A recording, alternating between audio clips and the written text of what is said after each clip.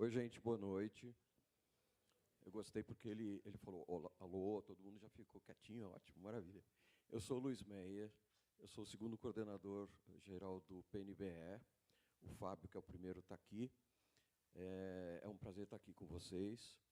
E hoje a gente vai falar de empresas e propósitos, certo? E nós temos aqui 4 empreendedores sociais fantásticos. Mas, antes disso, o PNBE é uma entidade fundada em 1987 por empresários e empreendedores de todos os ramos de atividade, porte, e é um local de reflexão, basicamente. Tá? Então, não é um local, não são reuniões onde se trata de negócios, mas é um local onde essas pessoas, todas com capacidade de empreendedorismo, vão refletir, vão pensar, vão escutar, enfim, todas as visões a respeito do Brasil. Tá?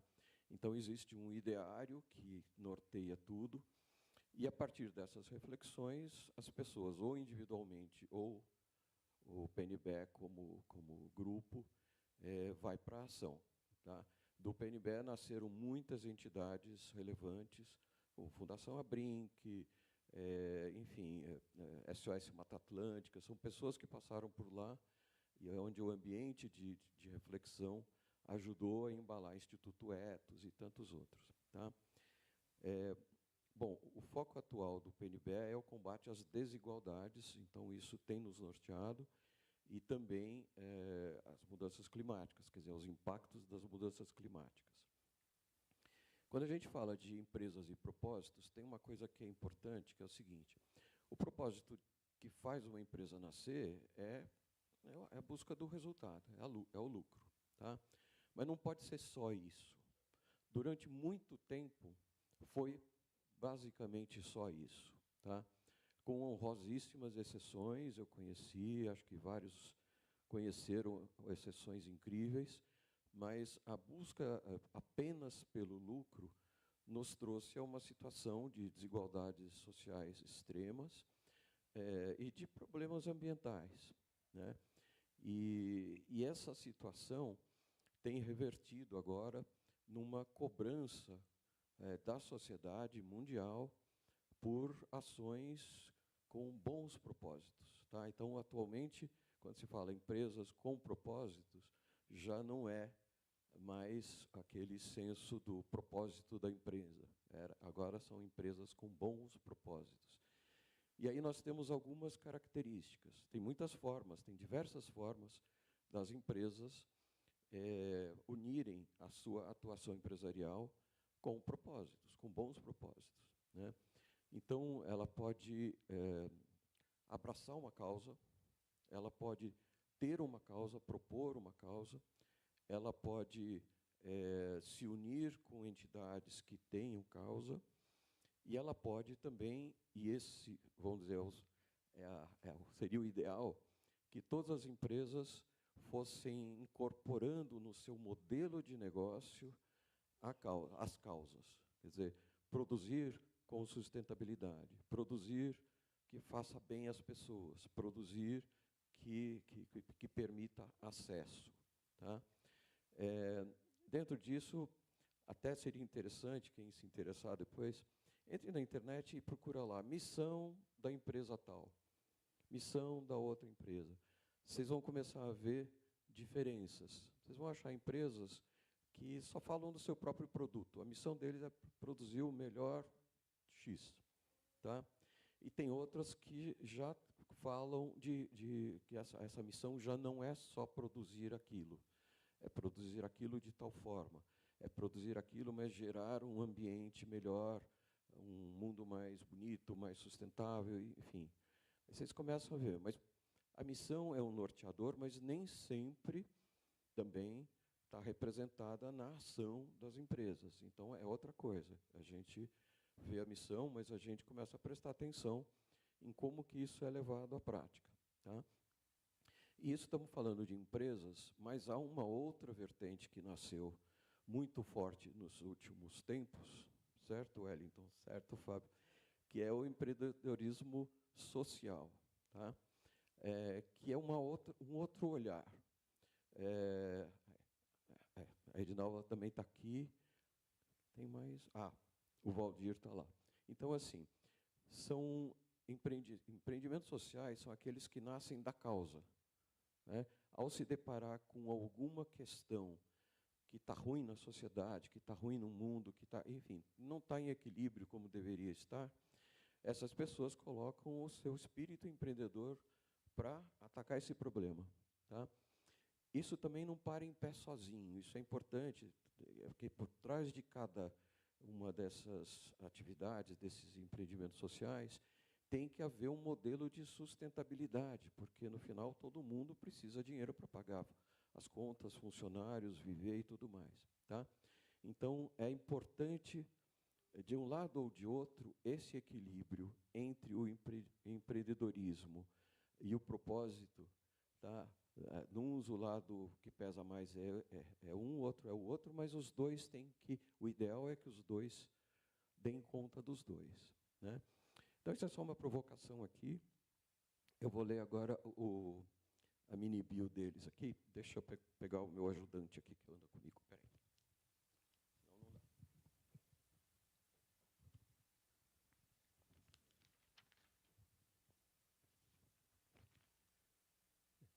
Edinalva Moura. Está aqui. Bom,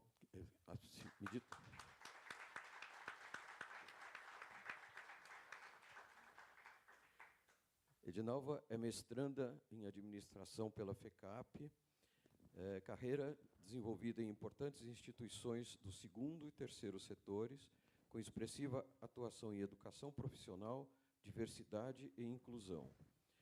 Membro do GT de Justiça do Sistema B, atualmente é fundadora da consultoria IALODE e fundadora do Instituto Espaço Negro. Bem-vinda, Edinalva. Obrigada. Fábio Bibancos. Cadê o Fábio?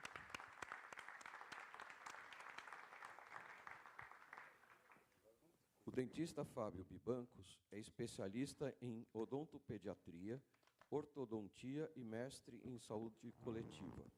Presidente da Bibancos Odontologia, clínica referência no Brasil, com unidades em São Paulo, Rio de Janeiro e Jaguariúna, que tem como pacientes formadores de opinião e personalidades mais importantes do país. Fundador e presidente voluntário da Turma do Bem, a maior organização social de odontologia do mundo.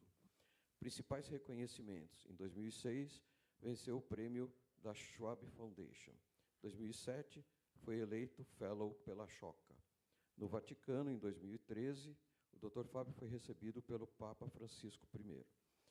Em 2016, foi campeão do concurso UBS Visionaries e já em 2024 recebeu o prêmio PNBE de Cidadania na categoria Horse Concurso. Parabéns, Fábio. Parabéns, Edinalva, pelo trabalho. Valdir. Em ordem alfabética. Valdir da Silveira, que está online com a gente.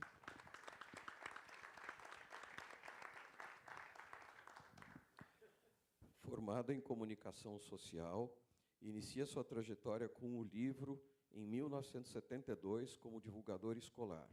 Posteriormente, vai para a Published News Entrevista, programa que quer compor um arquivo da memória editorial brasileira. Em 87, se muda para Porto Alegre, atuando como distribuidor de livros didáticos da editora Ática para o estado do Rio Grande do Sul. Depois de servir como presidente da Câmara Rio-Grandense do Livro por 2 mandatos, é convidado pela Federação das Indústrias do Rio Grande do Sul para formar o Banco de Livros do Rio Grande do Sul, fundado em 2009, e que de lá para cá já arrecadou cerca de 2 milhões de livros, que serviram para montar 900 espaços de leitura em hospitais, postos de saúde, presídios, creches, rodoviárias, catamarãs, ônibus, táxis, etc. Valdir está com a gente? Sim. Oi, Valdir. Seja bem-vindo. Wellington Nogueira, empreendedor social. Chega aí.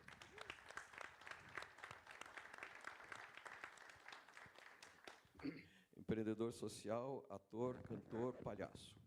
Conhecido por fundar o Doutores da Alegria, a organização cultural sem fins lucrativos, pioneira em levar a arte do palhaço em caráter profissional a crianças hospitalizadas em hospitais públicos no Brasil, Wellington Nogueira iniciou sua carreira artística nos Estados Unidos, em Nova York, onde se graduou em teatro musical pela American Musical and Dramatic Academy em 86. No Brasil, foi aluno do GESC, o curso de formação para gestão de OSCs, em 96, e proferiu palestras e ministrou aulas no MBA de empreendedorismo social. Atuou em teatro, cinema, circo, clubes de performance, ruas e hospitais. Então, aqui nós temos 4 empreendedores que enfrentam desafios diferentes, que colocam esse talento de empreendedorismo para enfrentar esses desafios. E agora passo para o professor Edson e vou assistir.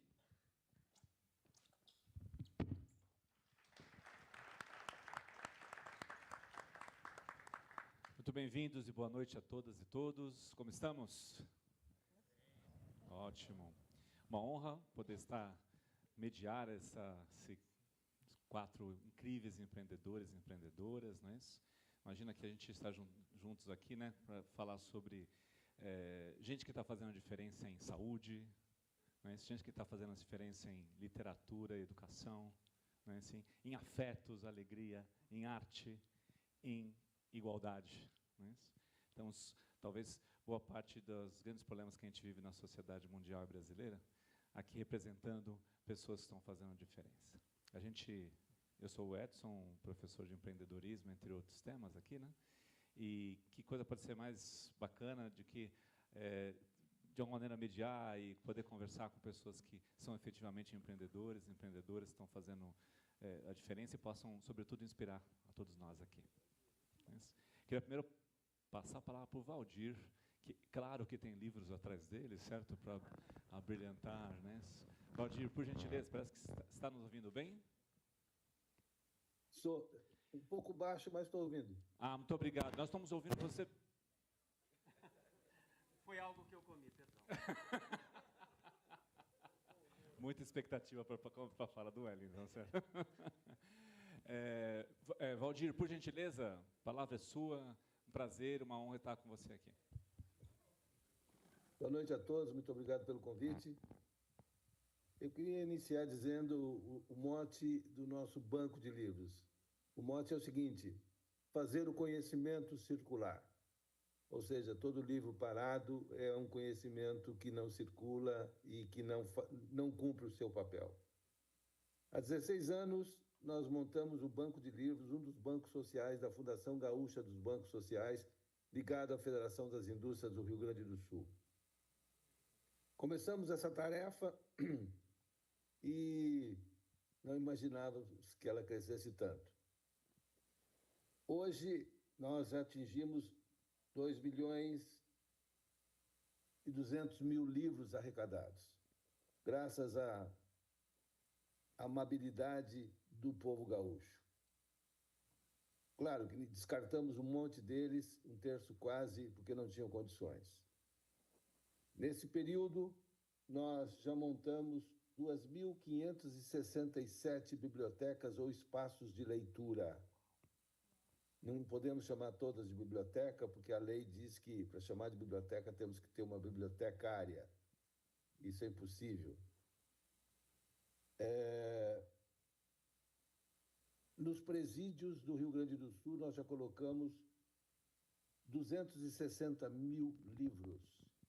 Inclusive, agora, na Feira do Livro, na próxima semana, estaremos lançando o 6º livro dos presos.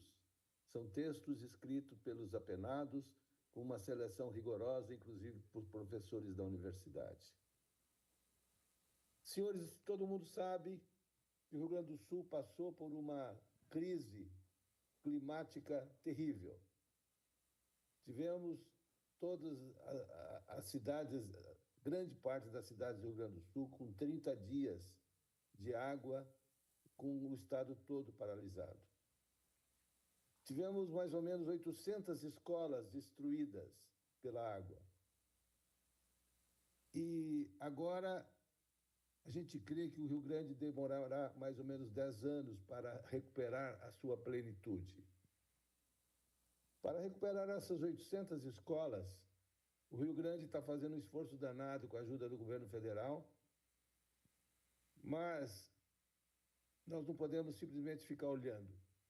E nós, do Banco de Livros, estamos fazendo um esforço muito grande para recuperar as suas bibliotecas.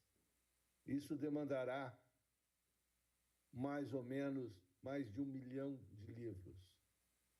Não adianta a gente ficar simplesmente olhando a banda passar, temos que colocar a mão na massa e ajudar o governo. Porque o governo tem outras prioridades muito grandes. Nossas estradas foram destruídas, nossas pontes foram destruídas, a agricultura precisa de muita ajuda, o governo precisa de reconstruir as escolas nos aspectos materiais e nós vamos ajudar a reconstruir as bibliotecas, que é um equipamento imprescindível para o alunado. Então, a nossa tarefa também é muito grandiosa. Para vocês terem uma ideia, nós tínhamos construído bibliotecas maravilhosas no ano passado e veio uma enchente muito grande em dezembro e destruiu. Nós reconstruímos essas bibliotecas, aí veio a enchente de maio e destruiu mais ainda, que ela foi pavorosa. Vocês não imaginam. Então, essa tarefa é que nos cabe. Veja, hoje o Banco de Livros faz muitas ações muito emblemáticas. Todos os hospitais que têm SUS no Rio Grande do Sul hoje têm um espaço de leitura. Se chama a biblioterapia. É a leitura como recuperação dos doentes. Os doentes levantam da cama e vão a esse espaço de leitura pegar um livro para a sua leitura. Aqueles doentes que não têm condições de mobilidade, os nossos voluntários vão aos hospitais lerem para eles. Isso está funcionando muito bem. Para vocês terem uma ideia, nós já colocamos 50 mil livros nos hospitais. Os asilos, nós estamos trabalhando fortemente também para dar apoio aos asilos, muitas vezes largados pelas famílias, e nós vamos com jovens para ler para os velhinhos. Nos postos de saúde, onde as pessoas chegam às 5 da manhã para terem atendimento, nós estamos colocando também espaços de leitura, onde as pessoas podem ficar lendo, inclusive levar os livros para casa. Então, senhores, veja, há muito por fazer. Vejo, eu fico imaginando o que tem de livro parado em São Paulo, onde as pessoas muitas vezes ficam nas suas casas com os livros juntando ácaros, inclusive fazendo mal à saúde. O que poderia ser feito em São Paulo para que esses livros circulassem, para que esses livros chegassem a um destino melhor? Existe um programa em São Paulo, junto aos presídios, muito importante, mas que poderia ser muito ampliado. As favelas, nós chegamos hoje aqui no Rio Grande, às favelas, e montamos bibliotecas comunitárias. Os bancos sociais do Rio Grande do Sul, existe o banco de imobiliário, o banco de computadores, o banco de vestuário. Então, nós fornecemos, quando a gente fornece para as instituições, o banco de vestuário fornece a cortina, fornece a almofada, fornece o tapete, o banco de imobiliário fornece as estantes, o banco de computador fornece o computador e o banco de livros fornece o livro e treina uma pessoa da comunidade para que estimule a leitura. Porque eu não posso colocar um livro parado num lugar e deixá-lo parado no outro. Tem que estimular a leitura. Isso tem dado muito resultado. Para vocês verem como dá resultado, O Rio Grande do Sul, hoje, é o estado que tem o maior índice de aprovação no Enem prisional. O Enem, existe também o Enem prisional, o Enem específico para as prisões. O Rio Grande do Sul tem o maior índice de aprovação no Enem prisional. Isso se deve também ao projeto das bibliotecas dos presídios. Então, os nossos presos estão sendo aprovados no Enem prisional e hoje eles estão exigindo do governo do Estado o ensino universitário à distância. E o governo está botando, eles estão estudando no ensino superior dentro dos presídios e estão se formando. Ou seja, nós temos certeza que esses estudantes não voltarão para o crime. Sairão da prisão com um diploma universitário, preparados para o mercado de trabalho e não voltarão para o crime. Porque isso é o que as gangues pretendem, que eles voltem para o crime. Isso, nós estamos fazendo isso também na antiga FEBEM. Na antiga FEBEM também nós montamos bibliotecas em todas as unidades, que agora se chama FASE, todas as unidades da FASE. Nós já lançamos 2 livros dos garotos também.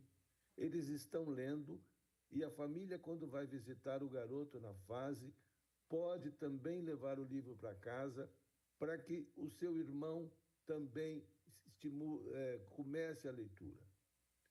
Então, senhores, veja, eu dei um apanhado assim do que esse empreendedorismo que nós estamos fazendo através do banco de livros pode ser feito em qualquer lugar.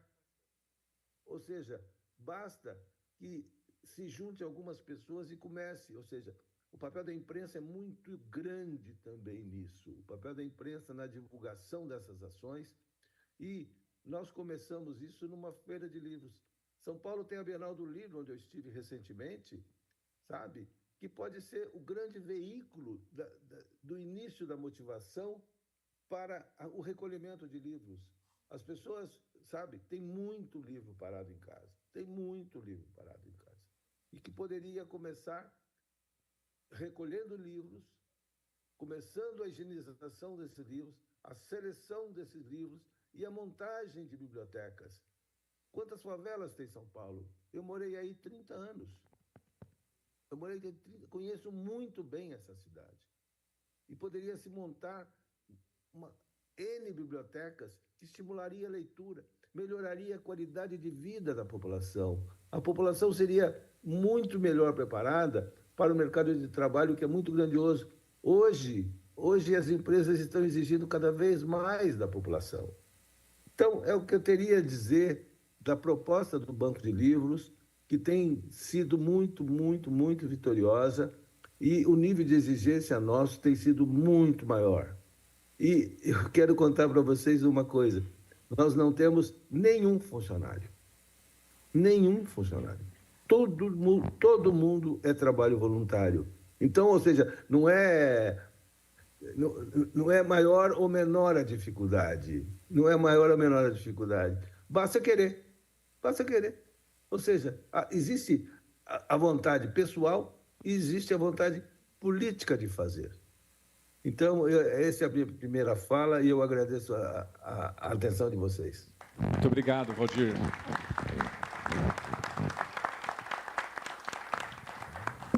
Excepcional, excepcional. Passar para os nossos demais convidados e convidada, né? E em seguida, depois a gente vai fazer um debate, né? Queria passar a palavra para a minha queridíssima Edinalva. Por favor, Edinalva. Obrigada, professor. Boa noite. Agradeço pelo convite. Eu sou Edinalva Moura, conhecida como Nalva Moura. Eu atuo há bastante tempo como empreendedora. Eu costumo dizer que o meu maior compromisso é pensar no coletivo. Eu sempre olho para o indivíduo considerando que ele precisa do desenvolvimento individual, né? Então, eu trabalho bastante questão de identidade, de autoestima, mas, principalmente, aguçar em cada uma das pessoas o seu talento. E, para aguçar o talento, pensando em coletivos, eu venho, então, nesses 30 anos, atuando com diferentes grupos. Então, atuo hoje com um grupo de crianças de 6 a 12 anos, no contraturno escolar, que, para este grupo, o afeto é o principal, para estimular a educação, para estimular o brincar, para estimular todos os outros aprendizados que eles precisam, porque o imaginário social de uma criança que vive na periferia é muito comprometido. Então, para este grupo, eu olho como romper a questão do social, a pobreza, e estimular o sonho. E este sonho é estimulado através da escuta, do afeto. E isso eu tenho feito de diferentes formas. Então, assim, atuando com universitários negros. Quando eu falo em coletivo, eu fiz a gestão, por muito tempo, de um projeto para universitários negros, em que o nosso principal eixo era o ensino de idioma. Mas o que a gente precisava, considerando todos os desafios de inclusão, de estar num espaço universitário, de aprender uma segunda língua, nós precisávamos estabelecer vínculos. Então, com estes grupos, pensando em universitários negros, o vínculo fundamental, seja para aprender em conjunto, para o diálogo, para a busca de emprego. Então, tudo era pensado num protagonismo muito ativo, de valorizar aquilo que a pessoa tinha de melhor, que é a garra, a resiliência. E como que você converte em resultado, estimulando, fazendo a pulsão. E as pessoas se movimentam quando tem alguém que acredita, porque se nós não acreditarmos em nós, quem vai acreditar? Então, neste movimento coletivo, você pensa espaços e lugares que muitas vezes você não acessou e que você passa a acessar. No último ano, eu trabalhei mais, e é uma agenda que eu curto muito, com mulheres, em especial mulheres negras. Então, eu tenho coordenado o coletivo de mulheres negras, e aí eu também sou alumni da Conselheira 101, que é um programa voltado para o desenvolvimento de lideranças negras, que é pensar como é que a gente rompe o machismo, o sexismo e o racismo para que as mulheres cheguem nos lugares que elas almejam. E, para isso, requer, primeiro, o empoderamento feminino. Então, para nós, mulheres, nos empoderarmos das nossas histórias, também estabelecemos os vínculos, olhamos o que nos falta. Então, muitas vezes, falta oportunidade.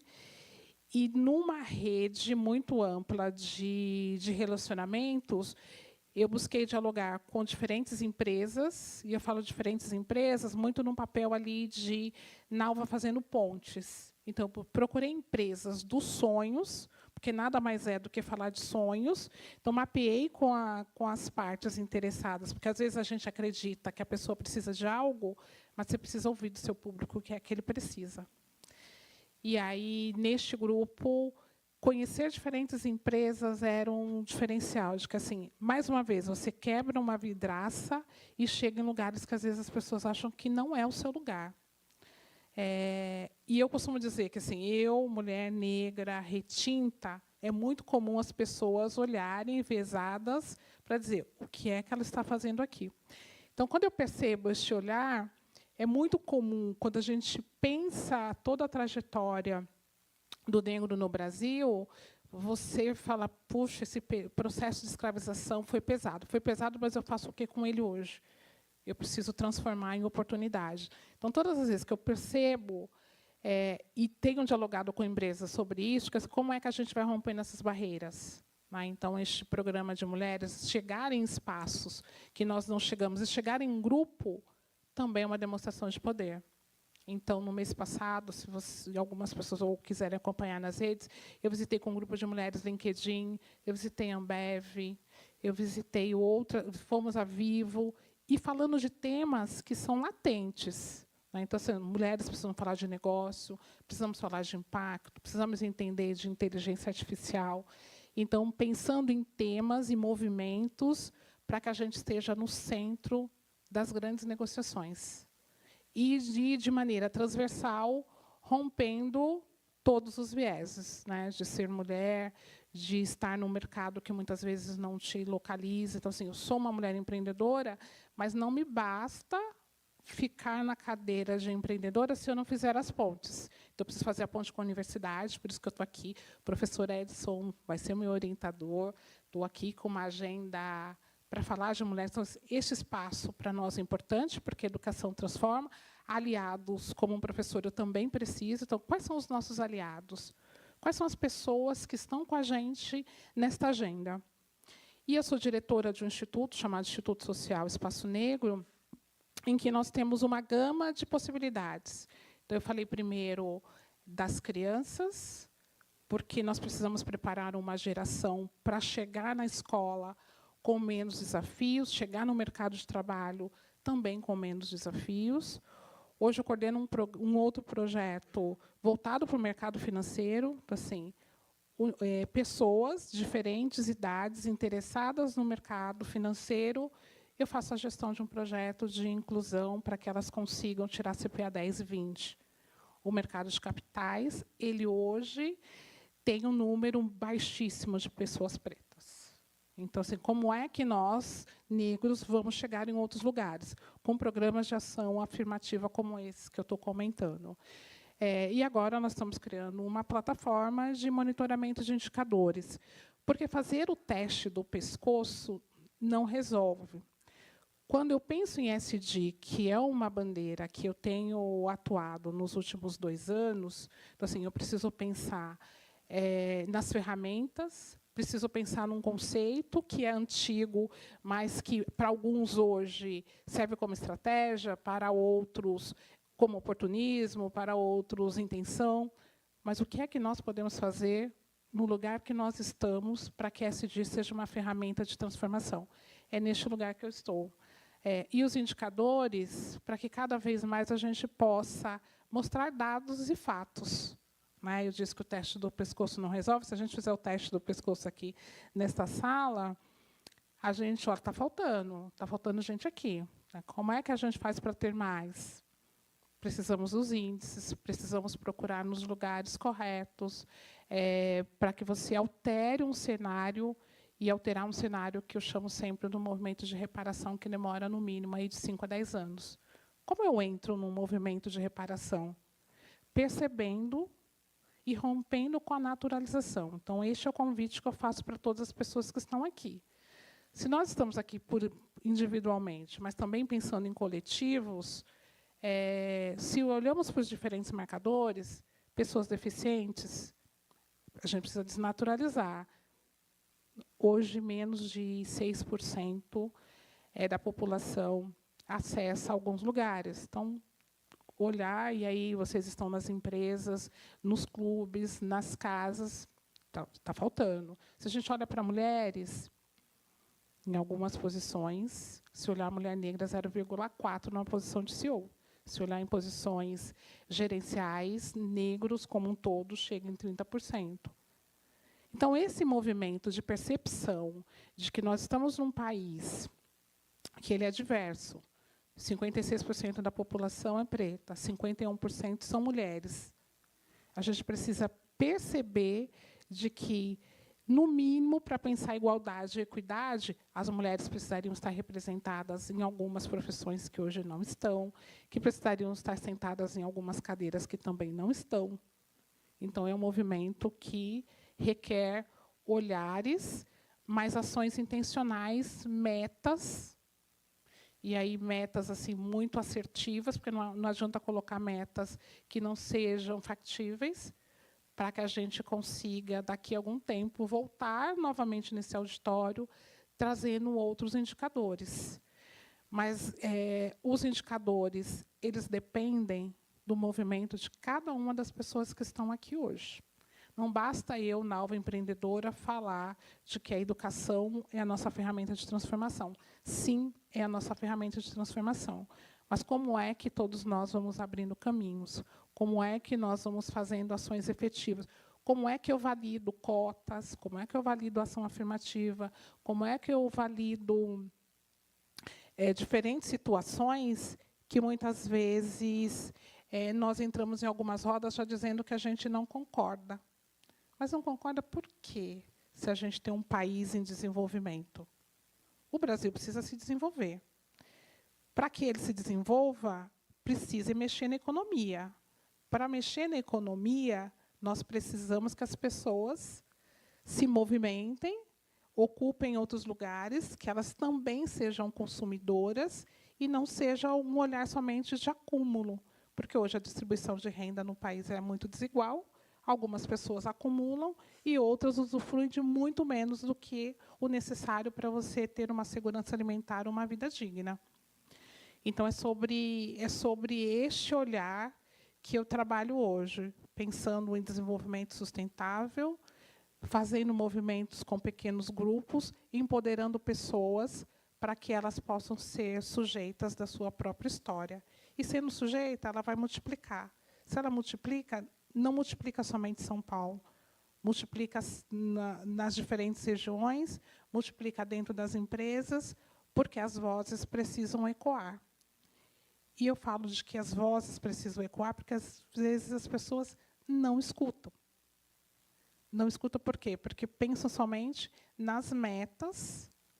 E se eu penso em metas, eu penso em resultados, e hoje a gente pensando aí nos stakeholders, a gente precisa pensar metas e resultados para o negócio, mas também para o desenvolvimento no geral. E tem uma pesquisa do McKinsey que vai dizer quanto mais diversa for as empresas, melhor o resultado que ela alcança. Então, não basta olhar somente para os resultados na linha do produto. Precisa pensar no propósito e num propósito que faça o bem coletivo. Por mais que tenha ali uma veia principal de business. Acho que é isso. Muito obrigado, Nalva. Sempre encantador te ouvir. Muito obrigado, viu? Vou passar a palavra para o Fábio. Obrigado, Fábio, pela presença, pela generosidade de estar conosco aqui. Obrigado pelo convite. Fiquei pensando aqui como é que eu faria para conseguir me conectar em vocês, né? Tem um monte de gente no Instagram, um monte de gente no WhatsApp. Eu, quando tinha idade de vocês, não tinha isso, mas a minha vontade sempre era... Eu sentado no auditório, só pensava que hora que eu vou conseguir sair, que hora que eu vou embora, que eu tenho para fazer ainda. A minha atenção era sempre dividida, sou hiperativo. Eu ficava sempre pilhado, como é que eu desconstruía aquilo que eu queria ir embora, eu queria resolver minha vida e tal. E aí eu fiquei pensando, falei, putz, chegar essa hora, vou para a faculdade. Aí tem uns caras lá que fazem uma coisa bonitinha, que legal, ajudar as pessoas, tal. Aí eu soube que vocês são estudantes de administração, economia, né? Então eu trouxe uma apresentação para tentar conectar e vocês entenderem o que um dentista está fazendo aqui. E o que um dentista pode fazer com relação à ISG, ou à administração, ou olhar para o mundo. Afinal, o dentista tem que tratar cárie lá, naquele buraquinho ali, né? Como é que se amplia essa conversa? Eu trouxe uma pequena apresentação e eu vou passar aqui para vocês. Como é que faz? Aí, foi.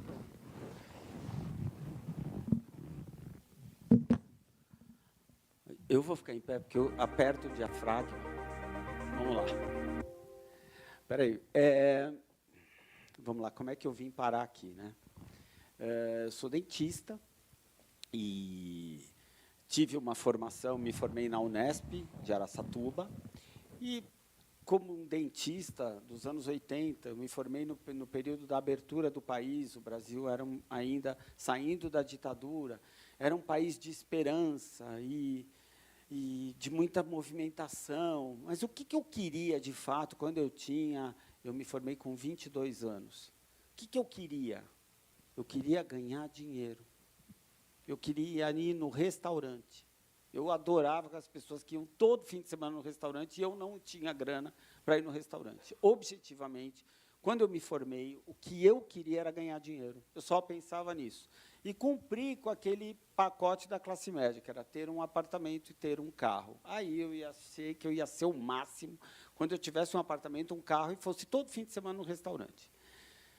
Isso aconteceu razoavelmente rápido para mim, não foi tão difícil. Eu não demorei tanto, minha carreira andou bem. Pode ir lá. E a minha clínica foi super bem. Não está virando? Foi. E a minha clínica virou uma clínica super conhecida. Comecei a atender todo mundo, comecei a atender gente famosa. Aí montamos uma unidade no Rio de Janeiro, porque atendia um monte de gente conhecida. E aí, depois da unidade Rio de Janeiro, montamos uma unidade no interior de São Paulo. E eu, mal e mal, dou conta dessas ações todas que acontecem na minha clínica. São 10 mil pacientes ativos, de gente que circula nessas clínicas. E a clínica tem 37 anos já. Eu sou um museu da odontologia. Que vocês vão chegar lá, tá? Que a gente, sempre quando a gente é jovem, a gente não acha que a gente vai derrubar, ficar careca com uma pança. Mas a gente vai ficar, os meninos, pelo menos, eu garanto que ficam. Aí, num determinado momento desse Brasil, que era aquele Brasil lá, tá? Não é esse Brasil hoje. Era um Brasil lá de muita esperança, saindo da ditadura, podia falar as coisas, podia se manifestar. Então, era uma coisa, assim, uma efervescência. Eu tive a oportunidade de conhecer a dona Ruth Cardoso, que era a mulher do Fernando Henrique, que era a primeira-dama do país e que tinha a veia social. De lá, acabei caindo na Fundação Abrinq, lá conheci vários empreendedores sociais, e quando eu ganhei o primeiro prêmio de empreendedor social, eu nem sabia o que era ser empreendedor social. Eu tinha uma clínica, e nessa clínica eu atendia os meus pacientes. Só que eu senti a necessidade, escrevi um livro de educação para a saúde, que era porque eu entendia, naquele momento, daquele Brasil, eu entendia que o problema era educação, que as pessoas precisavam de educação para a saúde, que elas precisavam aprender a escovar o dente, aprender... E aí eu fiz um livro, que era um orientador para pais, mães, tutores e educadores, do que a criança, que o pai, a mãe, o professor podem fazer quando a criança tem um problema odontológico. Eu imaginei que o problema estava aí, na minha ignorância. Então, fiz todo um trabalho ali no livro de orientar que chupeta usar, que mamadeira, se a criança cair, o que você faz, se cair o dente, o que você faz, enfim.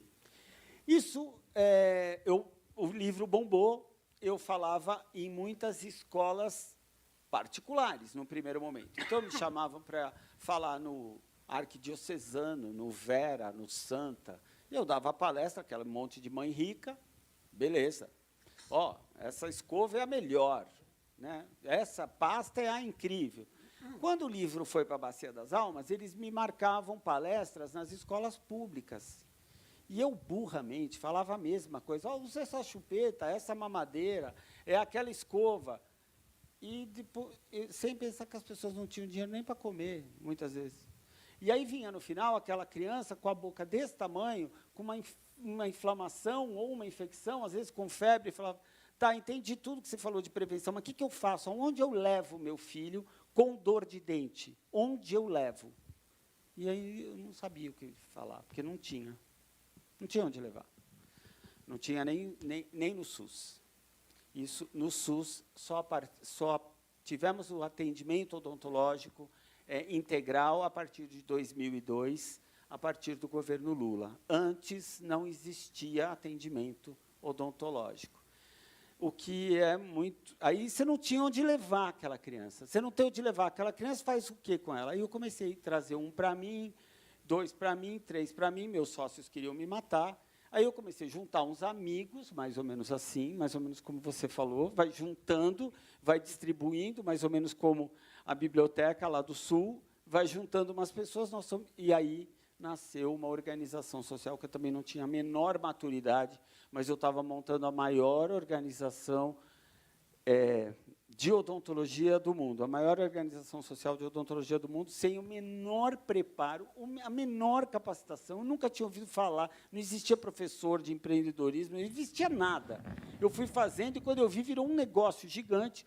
Hoje são 85 mil jovens atendidos, ano, e nós temos 1,1 mulheres vítimas de violência atendidas por 18.400 dentistas ao redor do Brasil, América Latina e Portugal.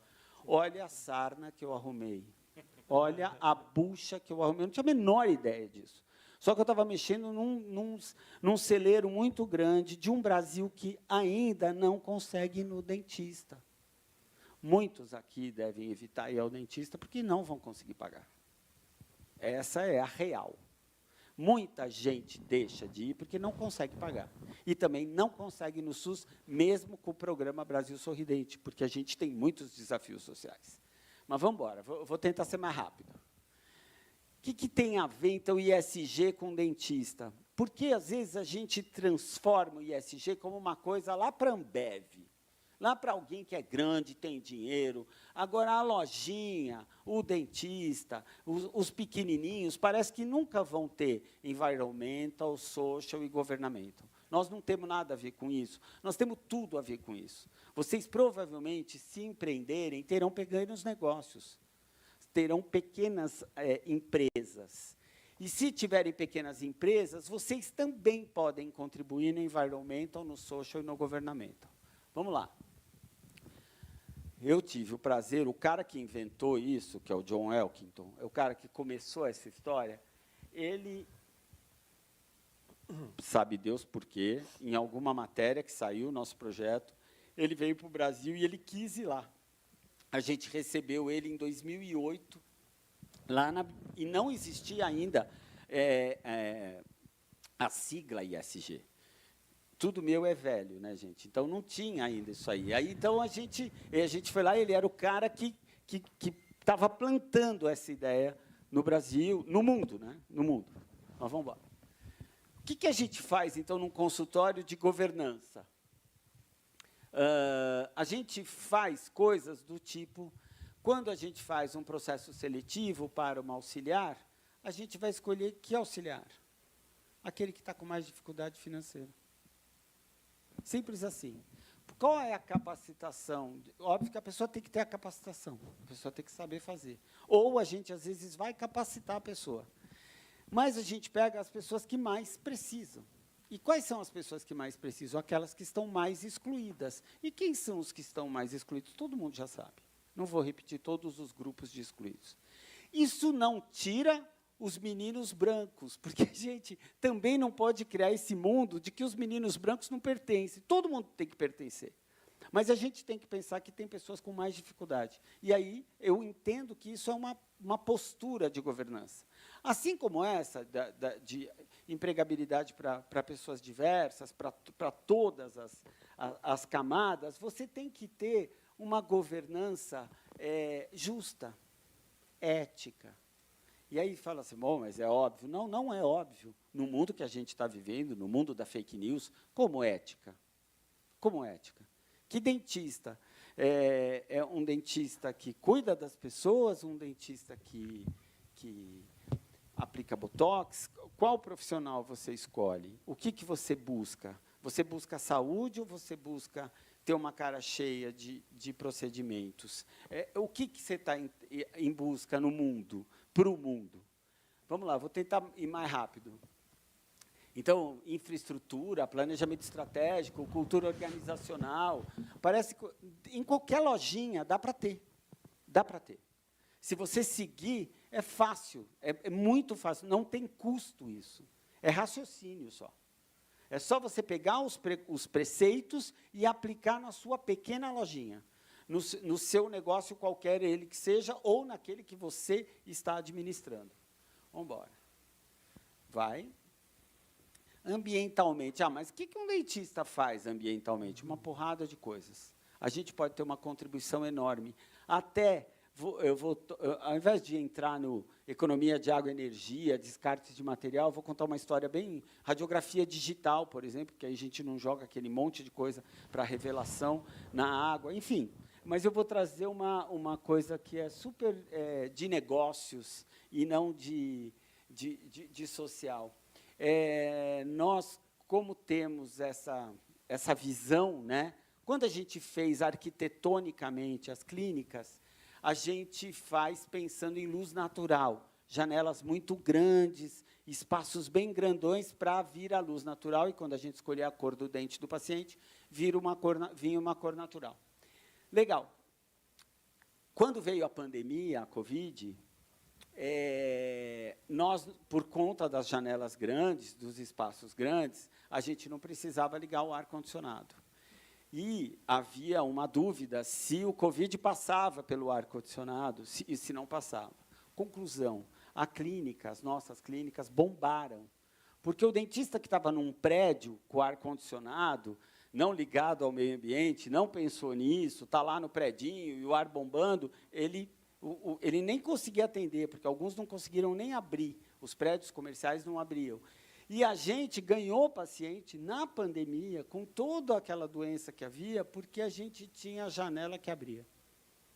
Tem alguns lugares que a gente tem que pensar que elas são de governança, são pensadas para o meio ambiente, mas que ajudam, em grande parte, o mundo, o planeta, e, ao mesmo tempo, podem ser bons negócios para vocês em determinados momentos. Vai. Quem fez esse raciocínio de meio ambiente foi o Fábio Feldman, que eu acho que é um dos maiores ambientalistas do país, e ele que pensou o nosso projeto de dentistas verdes, para a gente poder ter um novo posicionamento com a nossa pequena lojinha de dentes. Vamos lá? E aí, a social, que é a parte da Turma do Bem, que eu comecei contando para vocês, mas que eu foi lá na clínica que nasceu. Eu acho que antes de eu contar, para eu ficar contando, eu vou botar um vídeo para vocês conhecerem a realidade de um menino que a gente atende na Turma do Bem. Roda aí.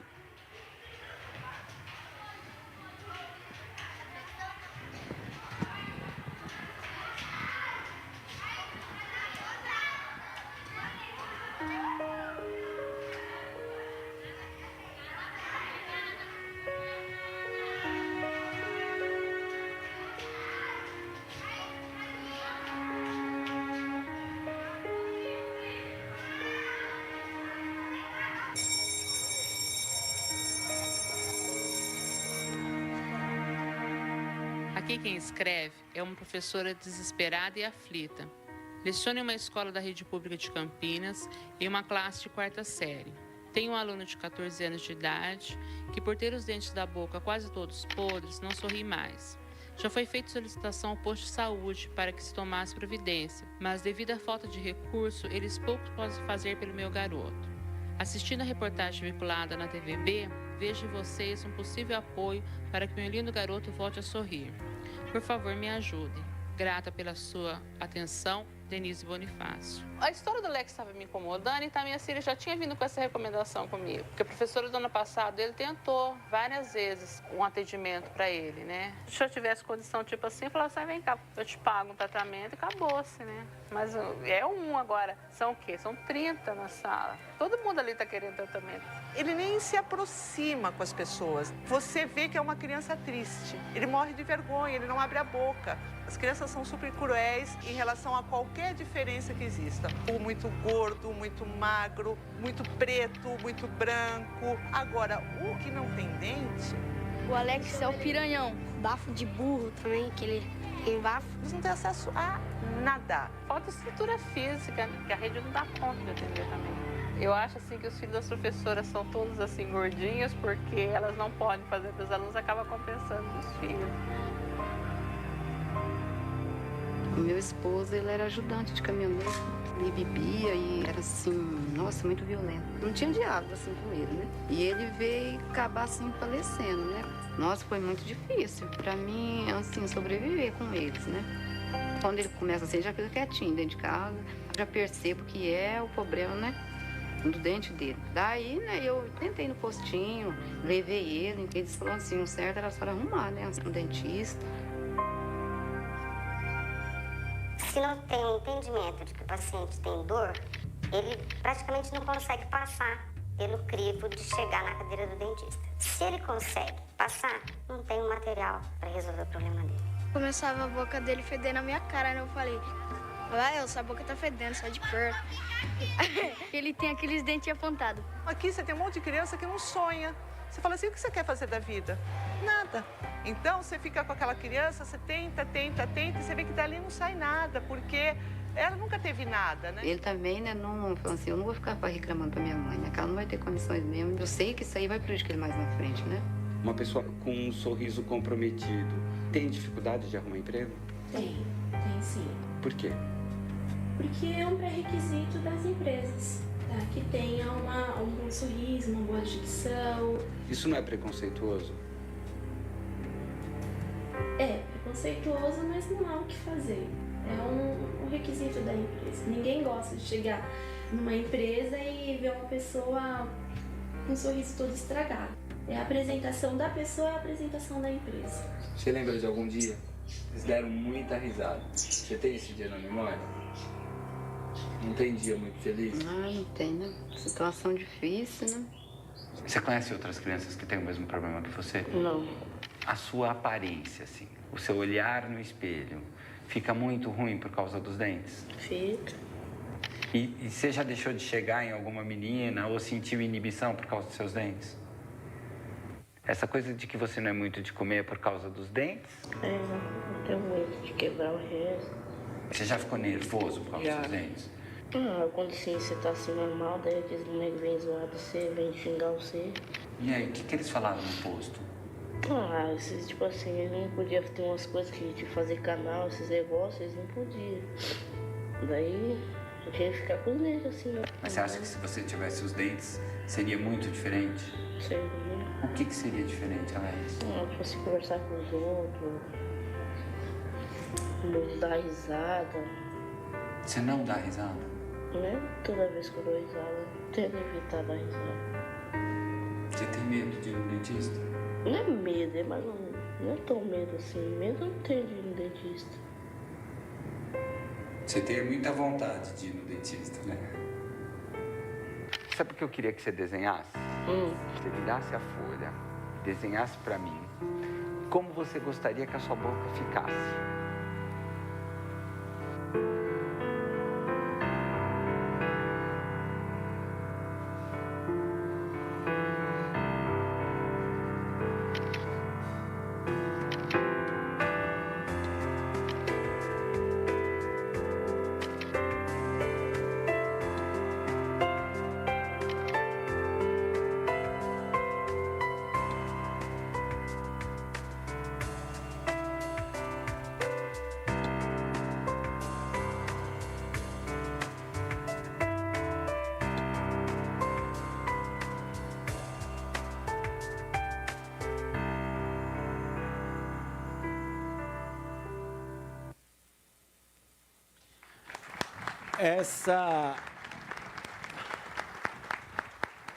A história do Alex, vezes 84 mil crianças, feitas por 18.400 dentistas. É possível a gente participar socialmente do nosso país. É possível, simples, dentro dos nossos próprios consultórios nós fazemos isso.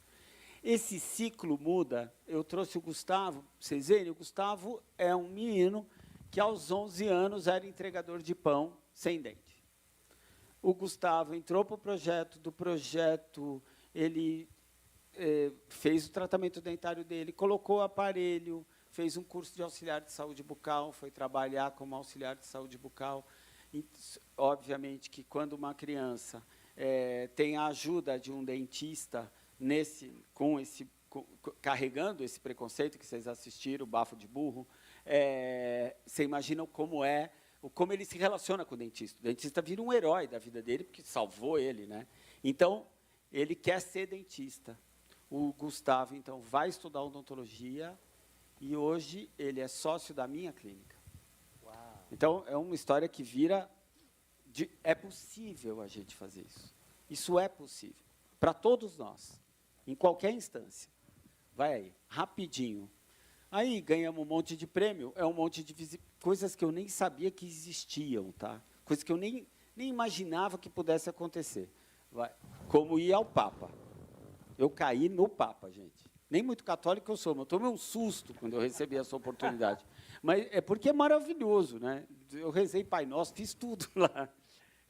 Caí na mão da Rainha da Espanha por esse atendimento. Vou explicar para vocês o número de impacto, vocês que são bons de matemática. Cada tratamento desse, como eu pego os piores casos nas escolas públicas, nos abrigos, cada tratamento, em média, custaria R$25 mil. Para fazer canal, prótese, tudo isso que vocês viram que aquele menino tinha. Faz isso vezes 84 mil. 25 mil vezes 84 mil. Dá para vocês imaginarem o impacto econômico que a gente gera quando a gente faz esse movimento. Vai. Professor, é o último vídeo, prometo, depois eu vou calar a boca, tá?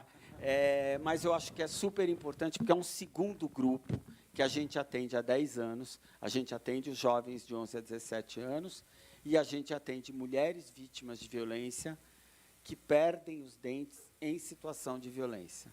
Isso não é pouco, isso é muito, isso é do Brasil, isso é específico do nosso país, um país hipermachista. Vocês vão ver o que eles fazem com as mulheres.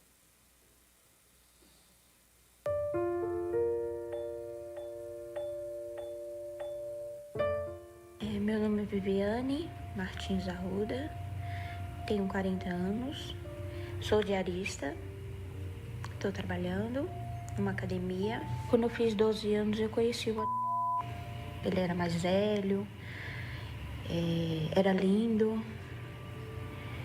E eu falei, um dia eu vou casar com esse cara. E a gente namorou quando eu era mais nova ainda. E só que aí a gente terminou. E depois nós voltamos de novo. Aí foi quando eu disse que ia casar com ele.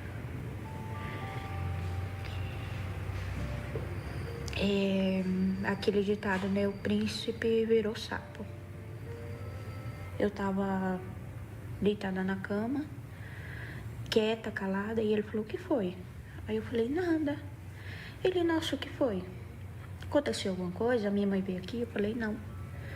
Eu falei, eu quero meus pais, quero minha casa, quero meu quarto e tudo mais. E ali ele me bateu. Nossa, ele fez muita coisa ruim. Mas as piores foi bater muito no meu rosto. Só no rosto, na verdade. O que ele mais fazia era bater no rosto para que eu não saísse de casa e não pedisse socorro. Chutava muito, cuspia. O meu ódio dele é que ele batia por maldade. Não é por uma coisa feia que eu tinha feito. Era por coisas tão bobas. Por coisas tão que dava pra levar numa boa. Quando eu consegui me separar dele, eu comecei a trabalhar numa casa que a minha patroa era muito boa. Então ela me ajudou muito. Então eu consegui ir num dentista, consegui pagar, consegui colocar uma prótese legal, restaurei, ficou tudo certo. Mas aí ele me achou, né? Foi um vacilo assim mesmo. E aí ele conseguiu me achar, me levou pra casa dele e me bateu de novo. Quando eu acordei, eu já tava com a boca toda ensanguentada. O nariz já tava bem machucada já, e sim os dentes. Eu fiz um boletim de ocorrência da última vez que ele bateu no meu rosto, que eu fiquei muito machucada. Eu preferia não ter ido, porque a pergunta dela foi: o que foi que você fez para ele te bater? Eu olhei e falei, então, tchau, né? Me levantei e fui saindo. Ela, não, vem aqui, não sei o que. Eu falei, o que foi que eu fiz? Na verdade, na minha casa nem tem espelho. O único que tinha eu tirei. Eu olho, tipo, se eu me olhar no espelho, eu queria ver aquela Vivian, sabe? A Vivian que eu era antes.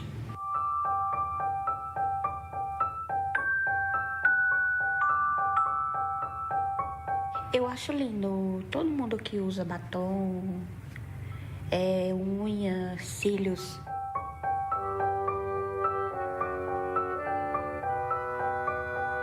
Agora tudo ficou diferente, tudo voltou, sabe? Felicidade, o sorriso, a leveza, a alegria.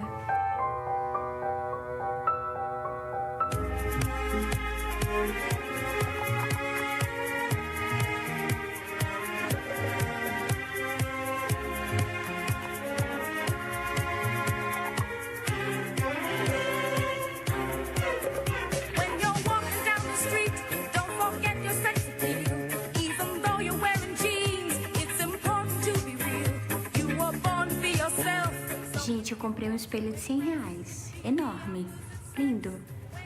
Então, eu passo e olho, passo, olho. Então, é umas 1000 vezes por dia.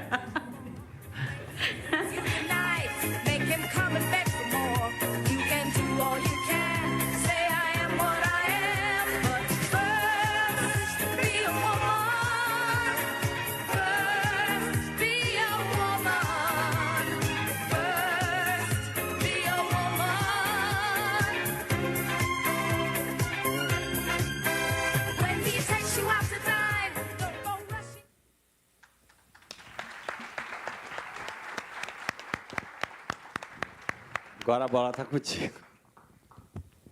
Espetáculo, gente. Muito obrigado, Fábio. Muito obrigado pelo testemunho. Muito obrigado mesmo. Wellington, por gentileza. Valeu. Deixa eu ver, eu trouxe uma... isso. Trouxe um PPTzinho, assim, mas vou usar assim, só como base, para trazer algumas imagens. Bom, em primeiro lugar, boa noite. Não. Vamos fingir que não aconteceu.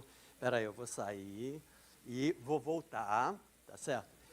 E, galera, boa noite. Boa noite. Bom, agora melhorou. Legal, muito prazer, Wellington Nogueira.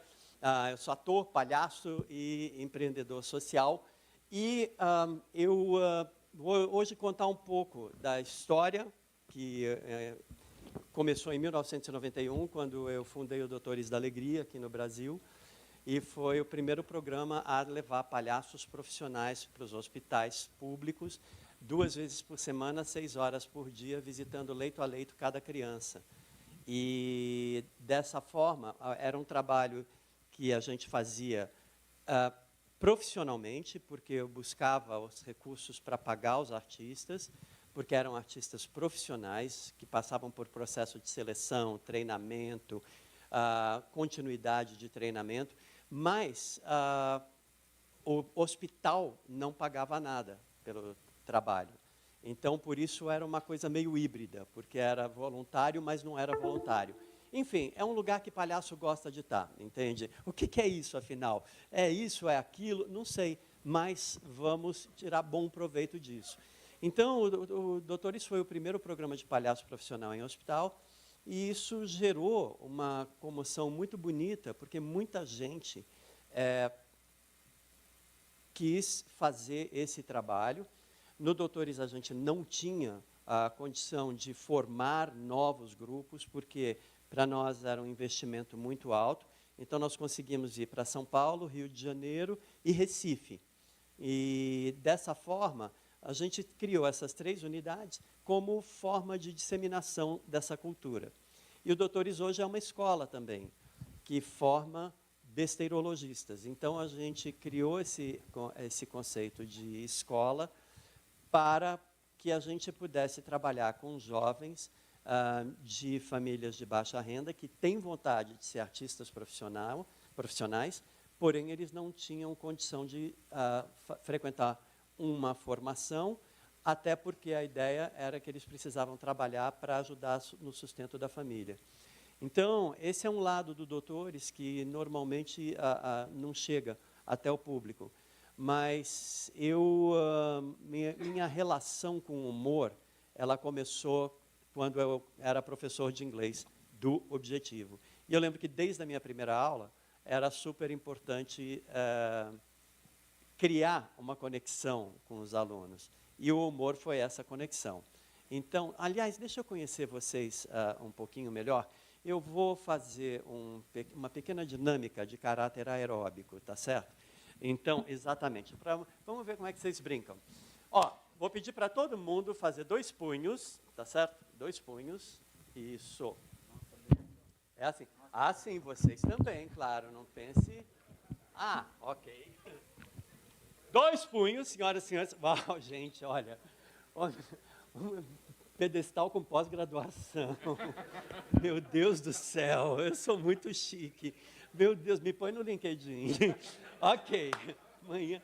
Muito obrigado. Uma salva de palmas, por favor. É o mínimo. Sensacional. Ó, vamos lá. Por que é importante? Depois dos hospitais, ficou muito claro que a ideia era ampliar. Porém, os doutores, por ter as características que tem, ele era muito difícil de ampliar, certo? Então, naturalmente foram criando programas inspirados nos Doutores da Alegria. E aí, o que a gente fez? Eu fui conhecer vários desses programas e vi que todos eles vinham de um lugar legal, de uma vontade de fazer um trabalho social diferente. Porém, caótico, né? Pois é, então, me convidaram. Agora é tarde. Mandei trancar as portas, inclusive, para ter certeza que vocês vão ficar até o fim. Então, mas eu só queria falar isso assim, porque que a história da escola? O Doutores é muito caro, porque são artistas profissionais, prestação de contas, leis de incentivo. Então, é um trabalho artístico que a gente cresceu o máximo que a gente conseguiu crescer. Mas, como a gente não conseguia crescer com velocidade, isso para mim é importante compartilhar com vocês. Programas semelhantes começaram a aparecer, e por todo quanto é canto do Brasil. E aí a gente sempre ouvia, estão te copiando, estão te copiando, estão te copiando. E, ao mesmo tempo, eu querendo crescer e não conseguindo. Então, eu falei, deixa eu ver esses trabalhos. E fui, conheci vários desses trabalhos. E a lição mais importante que veio foi, não tinha nenhum mau caráter tentando se dar bem em cima do palhaço no hospital, sabe? Porque também apareceu isso na nossa vida, de gente que não é que copiava o trabalho, falava que fazia isso, mas, na verdade, estava buscando recursos, né, doações e tudo mais, que nunca se sabia para onde iam. Então, eu vi de tudo, também porque a gente começou em 1991, foi quando começou no Brasil o movimento de responsabilidade social. Então, era tudo muito novo e foi tudo ótimo. Mas, enfim, então, foi muito importante a influência que o Doutores da Alegria teve nos hospitais, porque os médicos e as enfermeiras começaram a falar, uau, esse trabalho humaniza o hospital. Então, a gente começou a compartilhar com eles técnicas e tudo mais, e aí a área da saúde se mobilizou para criar uma política pública de humanização do atendimento à saúde, que é o HumanizaSUS. Então, eu estou trazendo isso porque é também o trabalho de uma organização da sociedade civil influenciar políticas públicas, né? Para que vamos dizer assim, o bom trabalho que as organizações trazem, eles possam atingir mais pessoas no país inteiro. Tá bom? Mas, depois de 25 anos à frente dos Doutores da Alegria, eu ganhei uma bolsa de uma instituição chamada Instituto do Futuro, que falou para mim, o seu trabalho precisaria alcançar um número maior de pessoas, ou de hospitais. Porém, a gente sabe como é difícil aumentar isso com rapidez, porque custa muito caro. Então, a gente queria propor para você pensar uma outra solução, sabendo que, no futuro, a ludicidade vai ser super importante. Por quê? Por conta dos problemas de saúde mental. Porque um mundo que muda cada vez mais rápido, sem manual de instruções, vai começar a deixar muita gente abalada, a ponto de ficar com a saúde mental afetada. E, então, ao receber essa informação, eu também recebi outra. Sabe qual é o melhor antídoto para o tratamento? É a ludicidade, o brincar. Então, é isso que eu quero convidar vocês agora para vivenciar. Foi algo que eu comi, perdão. Então, vamos lá, fazer os punhos. Isso, não é para socar ninguém. Tá? Mas, o que nós vamos fazer agora? Tá? E, vou falar também para vocês sentarem eretos, tá? Porque, assim, é uma questão de... Não, porque sentar ereto. Porque é isso aqui. Tem uma diferença muito grande entre isso aqui, entendeu? E isso aqui. É quando você está presente. É quando você está inteiro. E esse é um desafio da contemporaneidade. O mundo está mudando cada vez mais rápido, sem manual de instrução, então está todo mundo indo para lá para bater a meta no futuro e correndo atrás do prejuízo no passado. Então, se você tirar uma foto do ser humano contemporâneo, vai sair um borrão, porque o cara não está habitando a maior certeza que a gente tem na vida, que é aqui e agora. Então, é por isso que a gente brinca, porque brincar acontece somente no presente. E foi algo que a gente aprendeu, muito de quem a gente foi pelo brincar, e um dia alguém falou, acabou a brincadeira, agora é sério. E aí começam os traumas. A boa notícia, a ciência agora está mostrando que brincar na fase adulta da vida é bom para a saúde mental. Então, vamos lá. Prestem bem atenção, porque as portas só serão destrancadas para vocês voltarem para casa, se vocês fizerem direitinho. Vamos lá. Com o dedão direito sobe, e o dedão direito sobe, certo? O meu dedão direito sobe e o de vocês também. Ok, quando o dedão direito sobe, o mindinho esquerdo sai para fora. Perfeito. Sim, calma, respira, respira. Respira que vai. E agora você troca. O dedão esquerdo sobe e o mindinho direito sai para fora. Isso. Ótimo, muito bom. Agora, vamos fazer do jeito que tem que ser. É assim. Tá? Vai alternando. Vai alternando. Não precisa levantar. Não. Isso, é isso aqui. Muito difícil? Então tá bom, vou fazer uma coisa... olha, por exemplo, teve uma contribuição lá de trás, né? Esse aqui, de você bater na cabeça e fazer círculo na barriga. Esse também é muito bom, é um bom começo. Mas vamos fazer um mais fácil, então. Pronto. A mão, pode ser a mão, começar com a direita ou a esquerda, se você for canhoto, tá certo? Mas, nasceu um dedo, certo? E agora, aqui nessa outra mão, que não tem nenhum dedo, o que acontece? Esse dedo que nasceu vai apontar para ela e nasce um dedo naquela outra mão. E esse dedo que nasce fica tão feliz que ele aponta para a outra mão e nascem 2 dedos. E esses 2 dedos ficam tão felizes que eles se juntam e nascem 3 dedos. E esses 3 dedos ficam tão felizes que se juntam, formam um formam-se 4 dedos.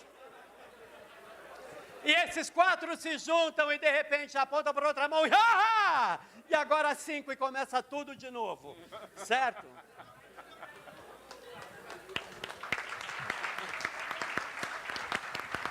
Muito bom! Muito bom! Já vi que todo mundo vai dormir em casa hoje. Perfeito. Mas eu, antes de vir aqui, conversei com a direção da escola e vai fazer parte do exame de fim de ano de vocês. Então, gente, vocês viram o que aconteceu aqui, né? Quando a gente fez uma brincadeirinha como essa, que a gente não está acostumado a fazer, uma série de novas conexões neurais começaram a acontecer no cérebro da gente.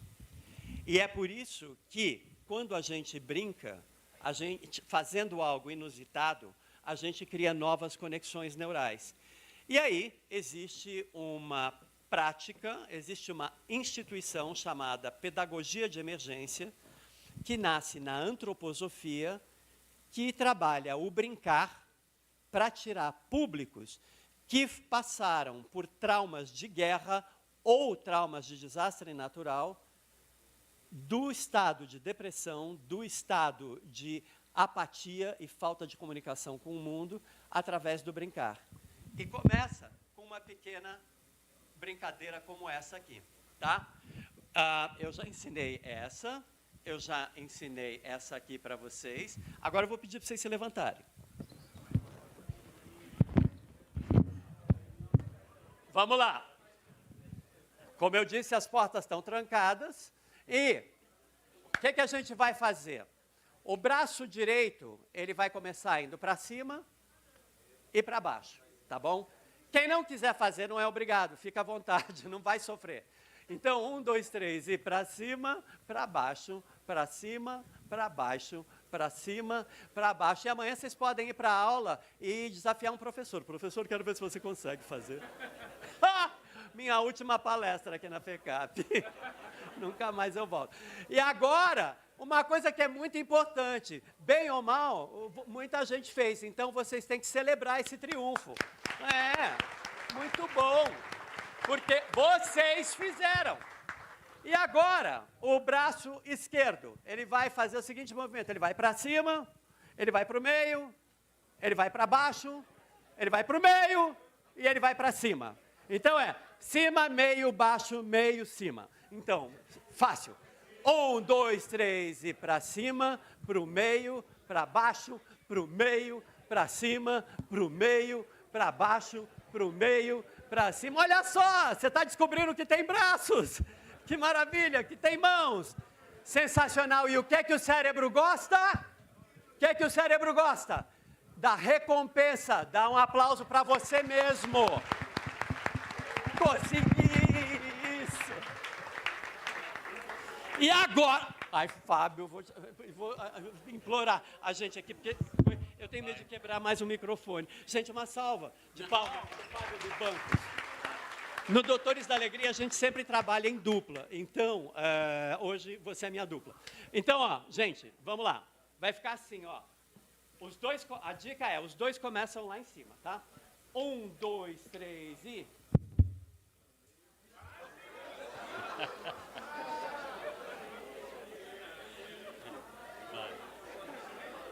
Isso, muito bom. E agora alterna. O direito faz o que o esquerdo fazia e o esquerdo faz o que o direito fazia. Claro. Senão você aprende só de um lado. Muito bom, queridos. E agora a recompensa. Uma salva de palmas para vocês. Obrigado. Uma salva de palmas também para vocês. Muitíssimo obrigado. E agora... Não, agora parou, não vou fazer mais. Só voltar. Cadê minha... Tem uma apresentação aí? Tem? Tem uma apresentação minha aí? Ok. Então, quando der, volta. Bom, o Doutores da Alegria, como organização sem fins lucrativos, ele nos deu a oportunidade de fazer algo mais do que a gente tinha imaginado. A ideia era trazer um programa de palhaços profissionais. Eu vivi essa experiência no exterior, porque eu saí do Brasil. Eu era professor de inglês do Objetivo. Tem algum ex-aluno meu aqui? Nenhum sobrevivente. Eu fui para Nova York em 83 para estudar teatro musical, que eu queria ser um superstar na Broadway, sempre tive pequenas ambições. E depois ser o primeiro brasileiro a ganhar um Oscar de melhor ator coadjuvante, para começar pequeno. E aí eu comecei a dar mais assim, eu saí do Brasil para estudar teatro musical, porque eu queria isso, mas quando eu me formei, a primeira coisa que aconteceu na minha vida foi ser convidado para trabalhar nos hospitais, nesse programa de palhaços em hospitais. Então, esse trabalho mudou minha vida. Aí o que aconteceu é que alguns anos depois meu pai ficou doente, eu voltei para acompanhar o final da vida dele e acabei ficando e montei o Doutores da Alegria em 1991. E hoje o Doutores está fazendo 33 anos, e um dos maiores orgulhos, uma organização sem fins lucrativos, ela pode ter a capacidade de influenciar políticas públicas. Então, os profissionais de saúde falavam, esse trabalho humaniza o hospital. Só que o hospital não é só pediatria. Então, a gente falou, e o que quer dizer humanizar? Transforma isso em ação. E foi assim que começou um movimento que gerou o Humaniza SUS, ou seja, a área de humanização do atendimento à saúde a partir dos hospitais públicos.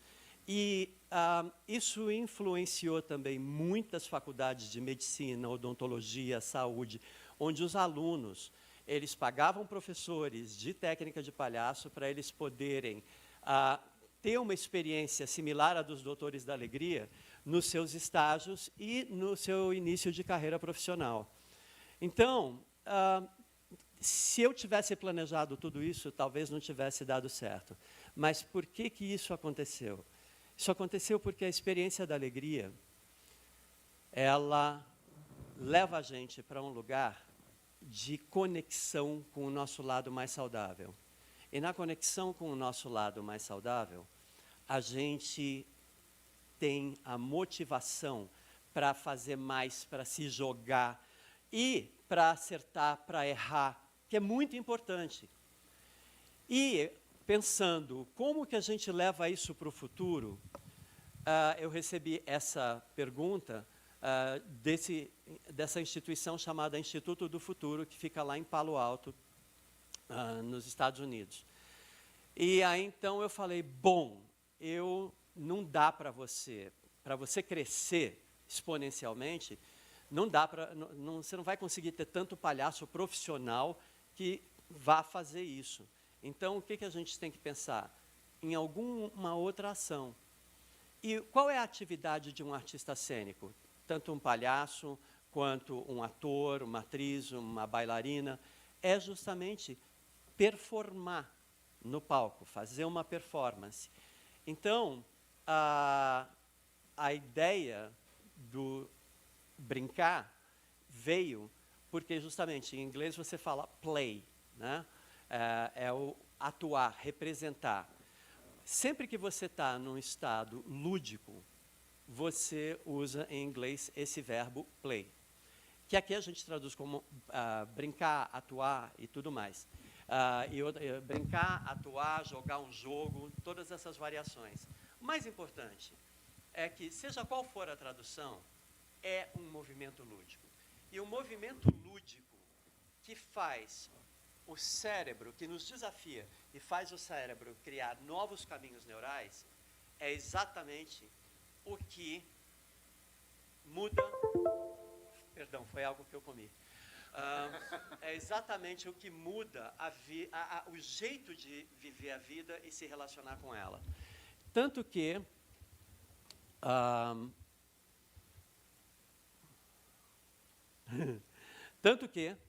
quando a gente... Não é que eu esqueci, eu só quero ter certeza que está todo mundo ligado. Então, quando a gente está fazendo essas brincadeiras, duas coisas. O brincar só acontece no presente. Hoje, por que a gente tem uma questão de saúde mental tão forte, que veio principalmente a partir da pandemia? Pela ansiedade de como vai ser o amanhã. Então, o amanhã a gente faz hoje. Se eu cuidar bem da minha presença, da minha integridade física e mental hoje, eu vou garantir um amanhã. Agora, qual é uma das melhores maneiras de manter essa saúde mental? É pela ludicidade. Brincar na fase adulta da vida, que pode ser através de jogar jogo, dançar, praticar artes marciais, pintar, ter hobbies, cantar, dançar, tudo aquilo que faz a gente ter a sensação de que a gente está saindo do corpo da gente e está ficando maior do que a gente é. Então, é uma sensação, é o que o brincar traz. Por isso que a ciência hoje está falando da importância de brincar na fase adulta da vida. Desde palavras cruzadas até exercícios e movimentos como esses aqui que eu fiz com vocês. Por quê? Porque eles fazem o cérebro falar, opa, deixa eu estar presente. E exatamente quando a gente está presente, a gente está com os 2 pés no chão e a gente está aqui, é quando a gente não está num estado de ansiedade. Quando a gente não está, ai meu Deus, o que eu faço agora? Será que eu estou certo? Será que eu estou errado? Respira. Por isso que eu falei para vocês também respirarem. Por quê? Quando você está respirando, fica muito mais fácil de você fazer qualquer uma dessas brincadeiras, porque você não está pensando, estou fazendo certo, estou fazendo errado. Não, você está aqui no presente, agora. Então, é por isso que a gente brinca. Então, foi o que eu trouxe para vocês hoje, nessa questão da inteligência lúdica, que é uma breve jornada de experiências e reflexões, e eu vou passar muito mega rápido os... obrigado. Os slides, só justamente para... E depois eu vou deixar eles aí, ok? Qual que eu aperto? Para onde que eu aperto? É para cá? Ok.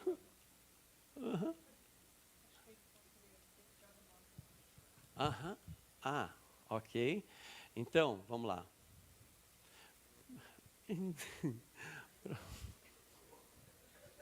Para onde que eu aponto?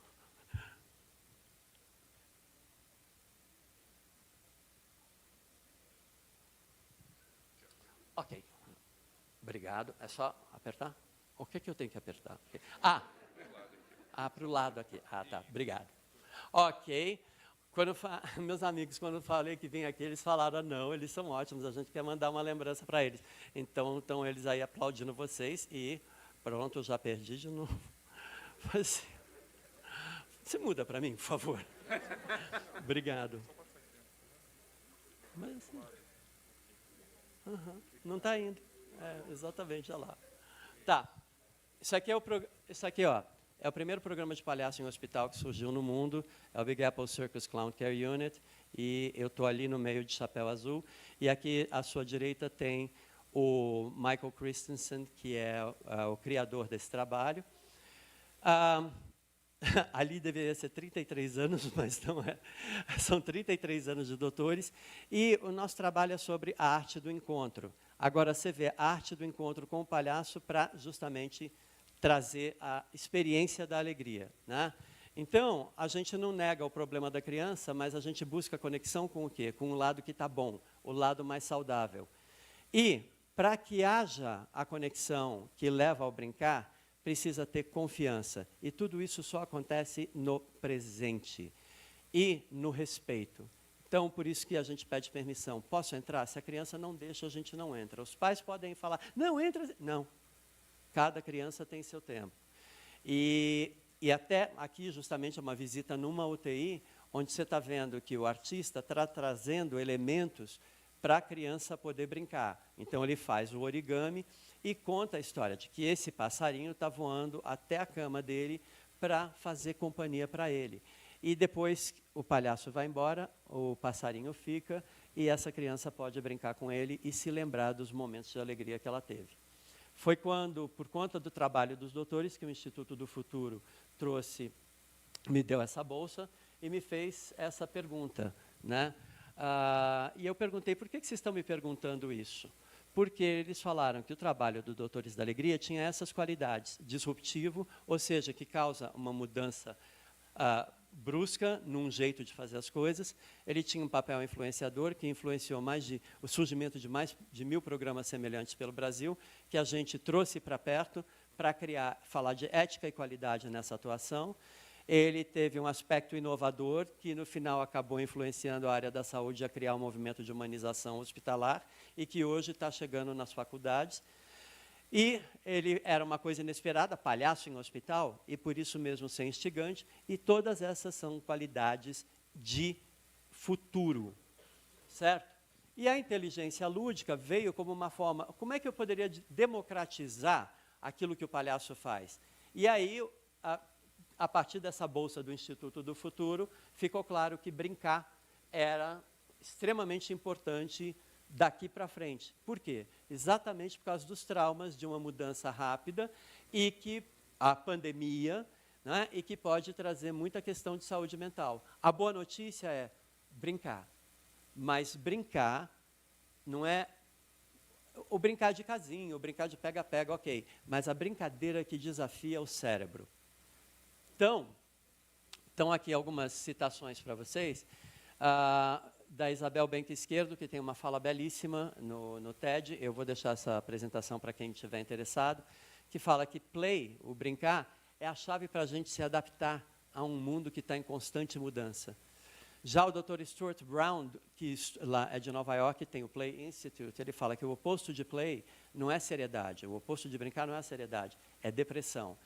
E Pat Kane, que é um jornalista inglês, que é fundador fundador do Fundo Nacional de Estudos para a Ludicidade na Inglaterra, ele fala que o brincar é um elemento essencial na natureza humana, né?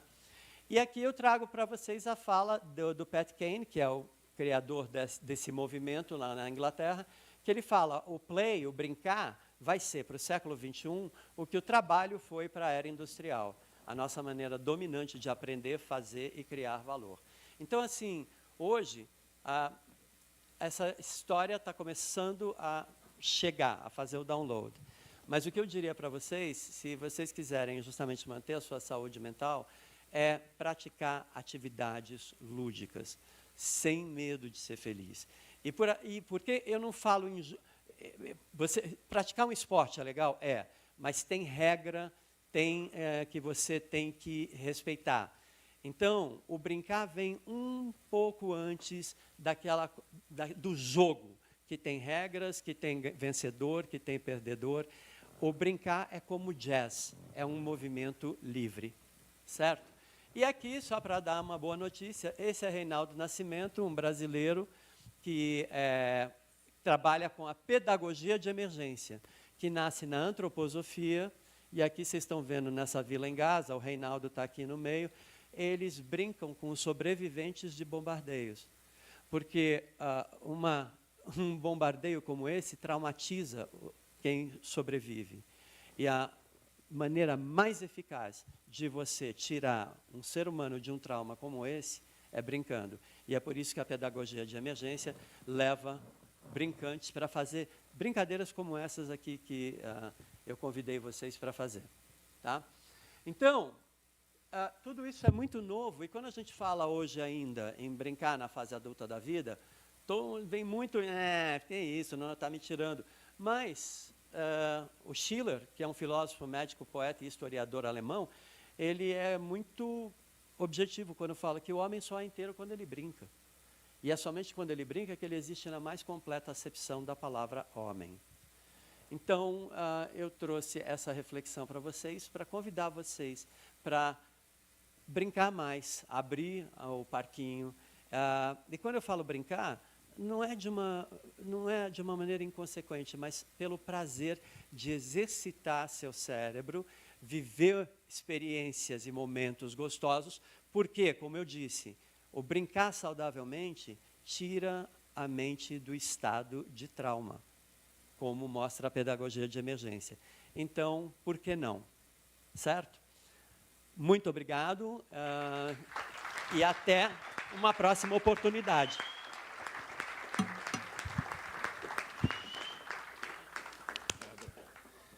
Gente, que noite. Eu agora quero fazer um exercício físico com vocês todos.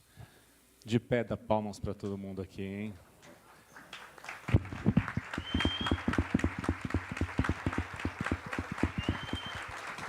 Um super agradecimento ao PNBE, com o Luiz, o Fábio, Ana, Dilson, que não esteve aqui, Mário. Muito obrigado a presença de todas e todos. Que inspiração de todas aqui, de todos. Muito obrigado. Fábio, Wellington, Nalva, todos, não é isso? Michael, que está aí, ainda está online. Valdir, saiu. Peço o agradecimento para eles. Muito obrigado, amigos. Boa noite. Vai perder ponto na nota.